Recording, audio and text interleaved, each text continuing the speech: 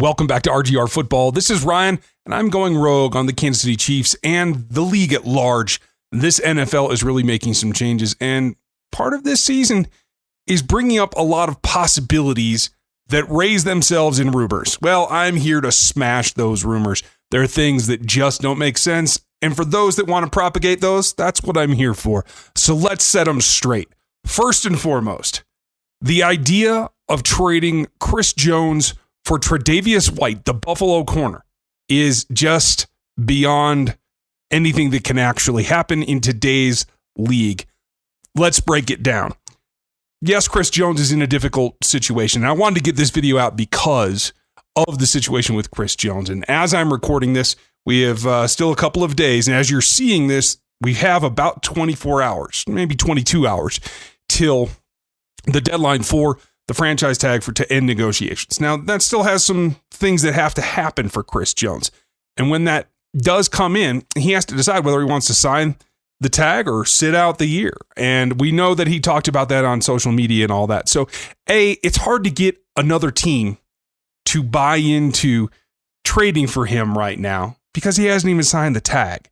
So you don't know if he's even willing to play at this point without a complete renegotiation. And having that number in hand before he hits the field at all in 2020, not just for the Chiefs. He might be in a position where he doesn't want to do any of that. And that's certainly justifiable for him and his people and his representatives and how he wants to go about this next year, which really does need to be a payday for him. I think we all understand that. But getting to that point does not make another team want to trade for you.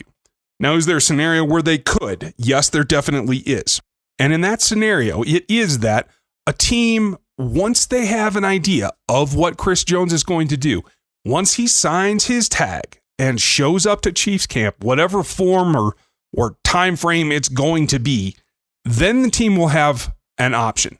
There's always a tag and trade scenario that the Chiefs could go through. And if they feel, again, that they don't see a foreseeable way to get to a long-term extension between them and what is honestly, I think he's the second best, but he's probably in the discussion for the best interior pass rusher in the league.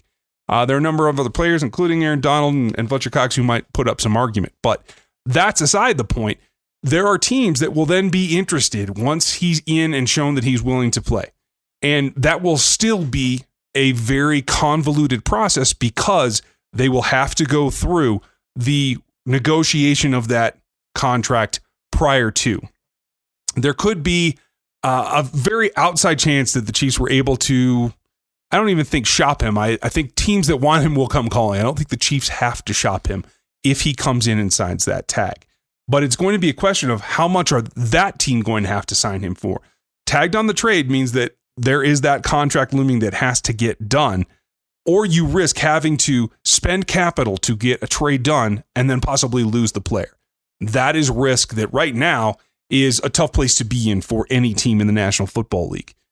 You could get in a situation where you don't want to spend draft capital to get into a trade, and I do believe that it's not going to be a player-for-player trade if it did come down, and that's one other reason about Tre'davious White that just makes it a long shot, if not a near impossibility. Nobody wants to give up a quality young player for another quality young player unless they have to. We talked about Jamal Adams last week, who's asked out of New York. Haven't heard a peep about anything happening with that. And that's a much more drastic situation about trying to get something done. So you have to have somebody that wants to come in and wants to go get him and is willing to give up draft capital. That's something the Chiefs will have to have. And they have to be having the mindset of paying Chris Jones long-term is not out of the ordinary. So that's another prerequisite that has to happen in order for any kind of trade to happen. And the idea that the Buffalo Bills and Brandon Beane would have any inkling to trade Tre'davious White for an interior pass rusher is not something that makes any sense at all. Yes, it would be great in Kansas City. You would love to have a player like White come in, take over one of the outside corner positions. He did have a grade on 640 snaps in 2019 that was higher than anybody's grade in the Chiefs cornerback position outside of Rashad Fenton, who only played less than 200 snaps. So it's not apples to apples at all. Tre'davious White is a quality corner and this will be his second contract that he will be in this league for quite a long time. You also have to consider that White is playing on the 4th year of his rookie contract this season. Next year will be his 5th year option, which has already been exercised. So a team is shipping him with a designated price tag of $10.245 that they cannot get out of. That will be the price to have him on your roster next season, unless you decide that you want to try to extend him initially. And so this brings us back to, would the Chiefs be interested in changing out a top 3 defensive tackle for a top 15, maybe 20 cornerback? Clearly, everything that they've shown us to this point says there's no way that they'll do that. Brett Veach is not interested in acquiring talent at the cornerback position. He had an entire offseason to try to do that. I don't think that anything has changed for him. And so then it becomes, why in the world would the Buffalo Bills want to give him up? They are in a position where they have the ability to field a defensive backfield that can help them right now. It is not a question mark of how they're going to be able to get their team squared away. They want to keep the talent that they've invested scouting time and invested dollars in, invested this 5th year tag in. So the option of trading Tre'davious White from a Buffalo Bills perspective is ridiculous. It will not happen. There's no way they would let him go, even for a talent at his own position like Chris Jones that is that good. There's just not an applicable way to get value for either of these teams. So that rumor is smashed. And that brings us to the concept of who could the Chiefs possibly in a position this season, amongst all the COVID and whatnot, be in a position that they have to release in order to make cap space. First and foremost, they don't have any signings other than the draft class that they have to accomplish right now. There is still some ability to renegotiate a couple of different players if they feel they have to get space. And technically right now, they can get those contracts in under the cap number that they're sitting at as of today. But if you had to make some, there is a lot of rumors floating around about Eric Fisher. Eric Fisher is a longtime player that took his time developing. That's absolutely the truth. There is no arguing that, and I don't think that anybody honestly should feel ill about saying that. That's the truth of what Eric Fisher's process has been to this point. But Eric Fisher is a solid, good left tackle that has played with Patrick Mahomes, that has Patrick Mahomes' trust, and honestly has been in a position to continue to improve, playing arguably his best 2 seasons in the last 2 years. He is not at a point where he's falling off of a cliff. Yes, his run grade could come up some, but the Chiefs, as we all know, are looking to throw the ball and then throw the ball and then throw the ball. So Eric Fisher is not a position that they're willing to give up right now, especially when you consider what's on the roster behind him.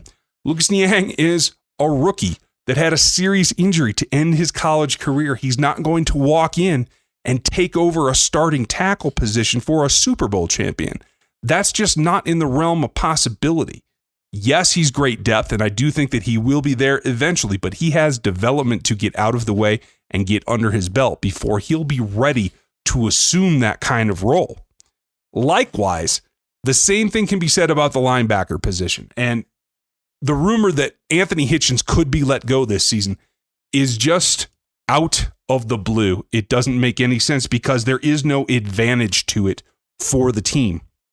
It simply won't help them. They don't get any cap savings by making that cut this year. It would actually cost them $3 million on top of the dead money, which would be $16 million at this point. Anthony Hitchens can be cut. Next season, you'd get a little bit of savings, still a lot of dead money in that contract, but at least there you're getting 2.2 back. And then obviously in the last year, you're going to get a big chunk back. It would be 8.5 in 2022. But for now, going into the 2020 season, there is no advantage to it. Not only does it cost you money, but it puts you in a position to have to start not just Willie Gay, who is a very promising junior that you've heard us talk about on this channel, but it also means that in the nickel, you have to find someone to play with him. Do you want that to be Ben Neiman? Do you want that to be Dorian O'Daniel? Because neither of those guys have the confidence of the coaching staff to be a down-in, down-out player. They are in a specialty role for a reason. Do you think that you can put Damian Wilson in there? That's an interesting option, but no, they are not happy with that. That's why they went after Willie Gay in the draft so specifically, because they are looking to improve their coverage. So those are the rumors this week. I hope that you enjoyed hearing what the truth is. And I'm looking to do more of these, so hit me up with your rumors. I hope that if you missed the Monday night Q&A, get back to that next week. We do it every Monday night at 7 o'clock Arrowhead time. So check out the channel at that point. Thanks for watching this one. Check these videos as they come up on your screen, and I'll get you next time. Thanks for watching this video from the team at RGR Football. Click these videos to see more, and subscribe to RGR Football.